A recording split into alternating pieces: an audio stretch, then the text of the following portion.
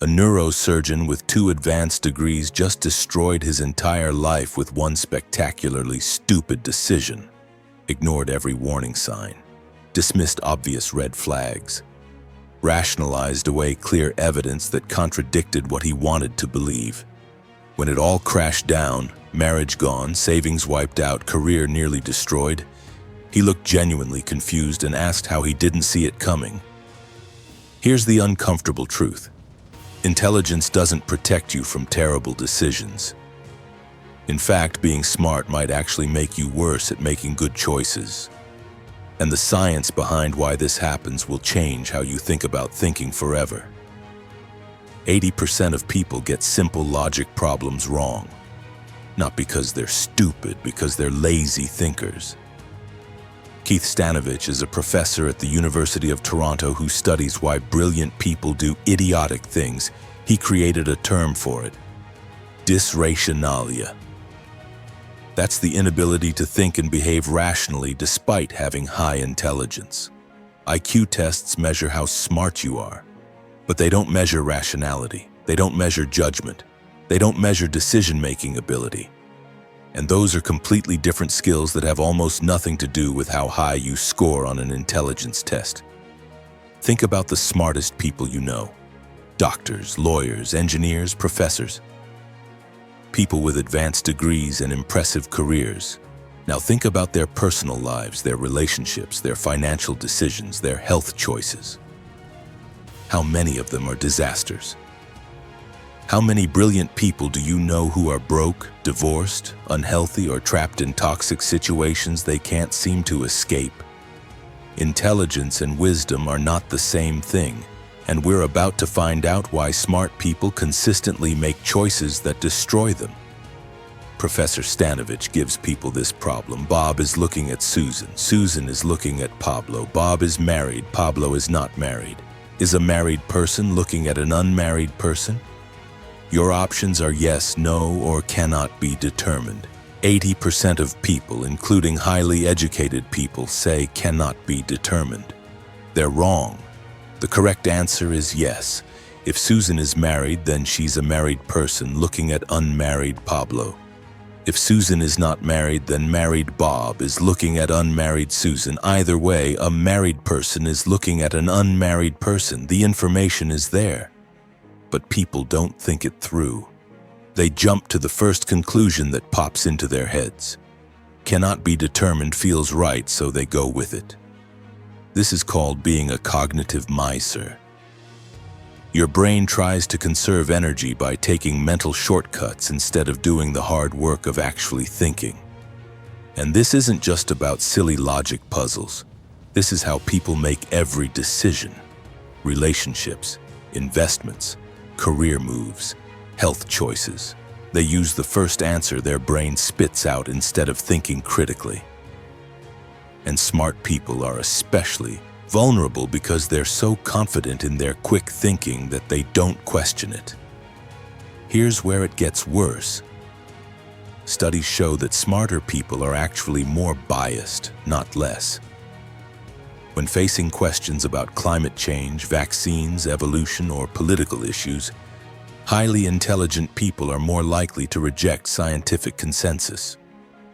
Not because they don't understand the science, because they're so good at reasoning that they can logically reach whatever conclusion they want. Their intelligence becomes a weapon they use against themselves. They cherry-pick evidence. They rationalize. They build elaborate logical structures that support what they already believe while ignoring everything that contradicts it. A researcher studied this phenomenon.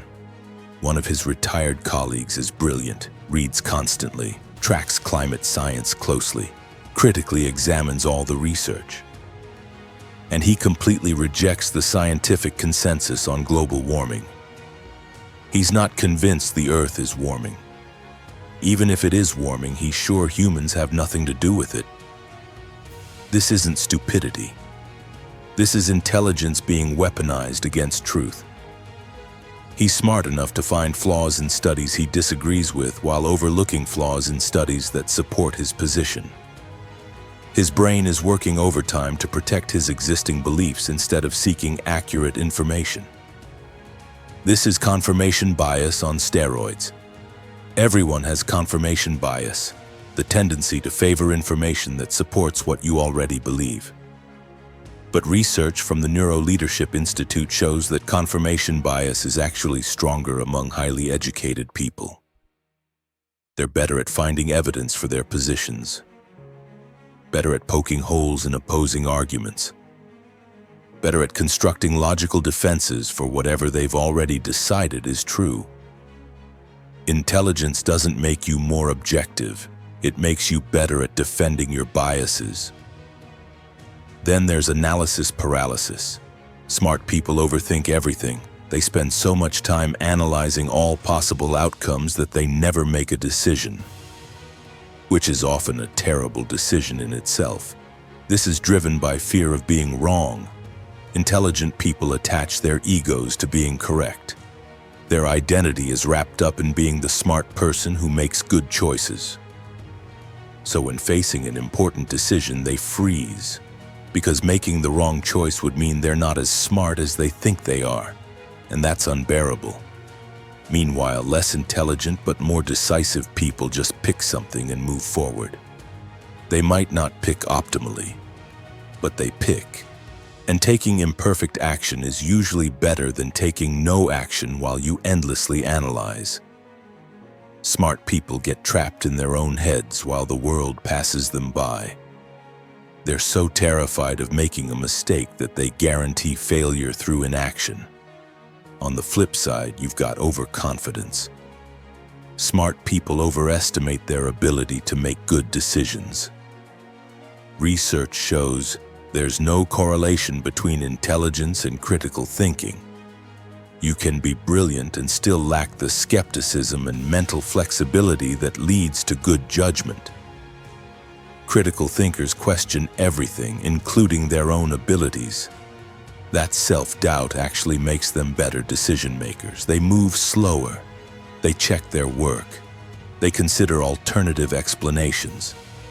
Intelligent people without critical thinking skills blast forward confidently toward disaster because they trust their intelligence to guide them correctly. It doesn't. Daniel Kahneman won a Nobel Prize for his work on decision-making and cognitive biases. He literally wrote the book on this, Thinking Fast and Slow. And he admits that even after decades of studying cognitive biases, he still falls for them. Awareness doesn't make you immune. Your brain has two systems. System 1 is fast, automatic, intuitive. System 2 is slow, deliberate, rational. System 1 feels effortless, and it's usually right for simple decisions. System 2 requires work, so your brain avoids using it unless absolutely necessary. The problem is that System 1 is overconfident. It generates quick answers that feel right but are often wrong. And smart people trust their System 1 even more than everyone else because their quick thinking is usually pretty good. So they don't engage System 2 to check the work. They go with their gut, and their gut is biased, emotional, and easily manipulated by how information is framed. Intelligence doesn't fix this, it just makes you more confident in your flawed gut reactions. Loss aversion destroys smart people constantly. Loss aversion is the psychological principle that losses hurt more than equivalent gains feel good. Losing $100 feels worse than gaining $100 feels good. This makes people risk-averse when they should take risks and reckless when they should be cautious. Smart people avoid losses more intensely than they pursue gains. So they stay in bad situations, terrible jobs, toxic relationships, failing investments, because the potential loss of leaving feels worse than the continued suffering of staying. Then when they finally do take risks, they take them at exactly the wrong time. They've been so conservative for so long that when they finally break, they go all in on something stupid. The neurosurgeon we started with? That's probably what happened. Years of playing it safe, building resentment. then one catastrophically bad decision driven by desperation to escape the prison of caution he'd built around himself. Intelligence didn't save him. It trapped him until he exploded. Social influence wrecks even the smartest people. Groupthink, peer pressure. Experts unconsciously adjust their decisions based on what their social group thinks. You'd think smart people would be immune to this, they're not. Deloitte research shows they're actually more susceptible because they're heavily invested in their professional and social identities. Disagreeing with your peer group means risking ostracism. Your brain would rather be wrong with the group than right alone. So you go along. You adjust your thinking to match. You convince yourself the group is right even when the evidence says otherwise. Half of U.S. Congress members deny climate change even though 97% of the scientific community agrees it's real and dangerous. Are they stupid? No, they're politically smart. They've calculated that their careers depend on aligning with their constituents and donors, not with scientific consensus. So they use their intelligence to rationalize a position that serves their interests while contradicting overwhelming evidence. That's not stupidity. That's motivated reasoning. And it's what smart people do constantly. Information overload paralyzes decision-making. We think more information leads to better decisions. Sometimes it does. But past a certain point, more data makes decisions worse. Your brain can't process it all. So you either get paralyzed, trying to consider everything, or you start cherry-picking the information that supports what you already want to believe. Smart people are especially vulnerable because they can handle more complexity. So they seek out more information, which overwhelms them, which leads to either paralysis or selective processing. Neither produces good decisions. The intelligence trap extends beyond individuals to entire organizations. BP, Nokia, NASA, brilliant people at every level. And they've all experienced catastrophic failures driven by intelligent people making terrible decisions. England's football team, staffed with world-class athletes and coaches, consistently underperforms because talented groups can act stupidly as easily as individuals. Maybe more easily because everyone assumes someone else has thought things through properly. Nobody questions the plan because everyone's smart. So obvious flaws get missed and disasters happen. Here's what nobody wants to admit. Your intelligence might be actively hurting your decision-making because you trust your brain too much. You assume that if something feels right, it is right. You don't engage the slow, effortful thinking required to check your work. You use your reasoning skills to defend positions instead of test them. You get overconfident. You overthink until you're paralyzed. You let emotions and biases drive choices while believing you're being perfectly rational. And you're so good at fooling yourself that you don't even realize you're doing it. William James, the 19th century psychologist, said most people aren't thinking at all. They're just rearranging their prejudices. Intelligence makes you better at rearranging. It doesn't make you better at thinking. Real thinking is hard. It requires humility, skepticism toward your own conclusions, willingness to be wrong, openness to changing your mind when evidence contradicts your beliefs. Most smart people would rather defend a bad position than admit they were wrong, because being wrong threatens their identity as the smart person. So how do you escape the intelligence trap? First, recognize that your first thought is usually wrong, or at least incomplete. That gut reaction your brain serves up immediately? Treat it as a hypothesis, not a conclusion. Practice what Stanovich calls thinking of the opposite. Your instinct says you don't have enough information? Force yourself to check if you actually do. Your instinct says this investment is brilliant? Force yourself to articulate why it might be terrible. This simple practice of considering the opposite of your initial reaction prevents a huge percentage of thinking errors. Second, check your emotions. Most decisions evoke feelings: fear, excitement, anger, desire. Those emotions are influencing your judgment whether you realize it or not. Before making any important choice, identify what you're feeling and why. Fear of death might be driving you toward unnecessary medical procedures. Fear of missing out might be pushing you toward bad investments. Anger at being disrespected might be making you quit a job you shouldn't quit. Name the emotion, understand its influence, then decide if it's helping or hurting your judgment. Third, seek out people who disagree with you. Your brain naturally surrounds itself with people who think like you. That creates an echo chamber where your biases get reinforced instead of challenged. Actively find smart people who hold opposite views and actually listen to them, not to debate, not to prove them wrong. To understand their reasoning and test your own. If you can't articulate the best argument against your position, you don't understand the issue well enough to have a strong opinion. Fourth, embrace being wrong. This is the hardest one.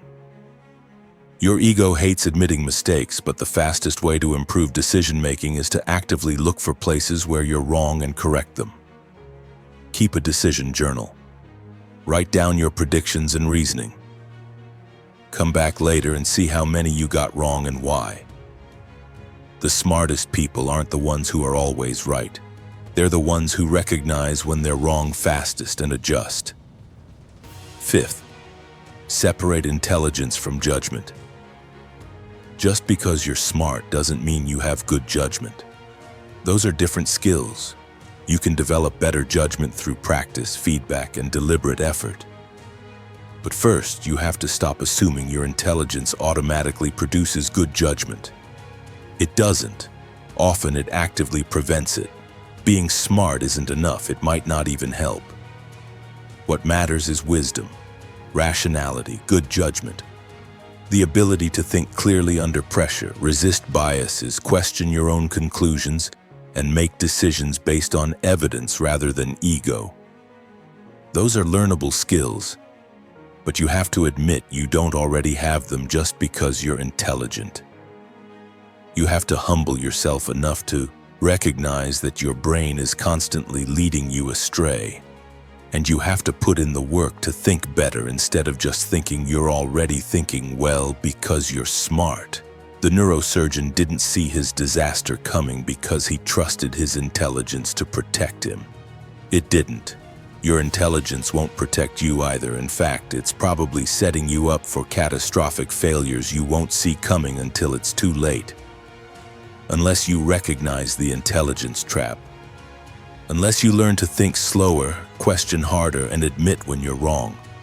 Unless you stop trusting your gut and start checking your work. Unless you separate being smart from being wise. Intelligence is a tool. Like any tool, it can be used well or poorly. And unlike most tools, it comes with built-in features that actively sabotage you if you don't understand how they work. Your brain is not your friend. It's a shortcut-taking, bias-confirming, ego-protecting machine that would rather be confidently wrong than uncertainly right. Being smart just makes it better at fooling you. The question is whether you're smart enough to realize that and do something about it,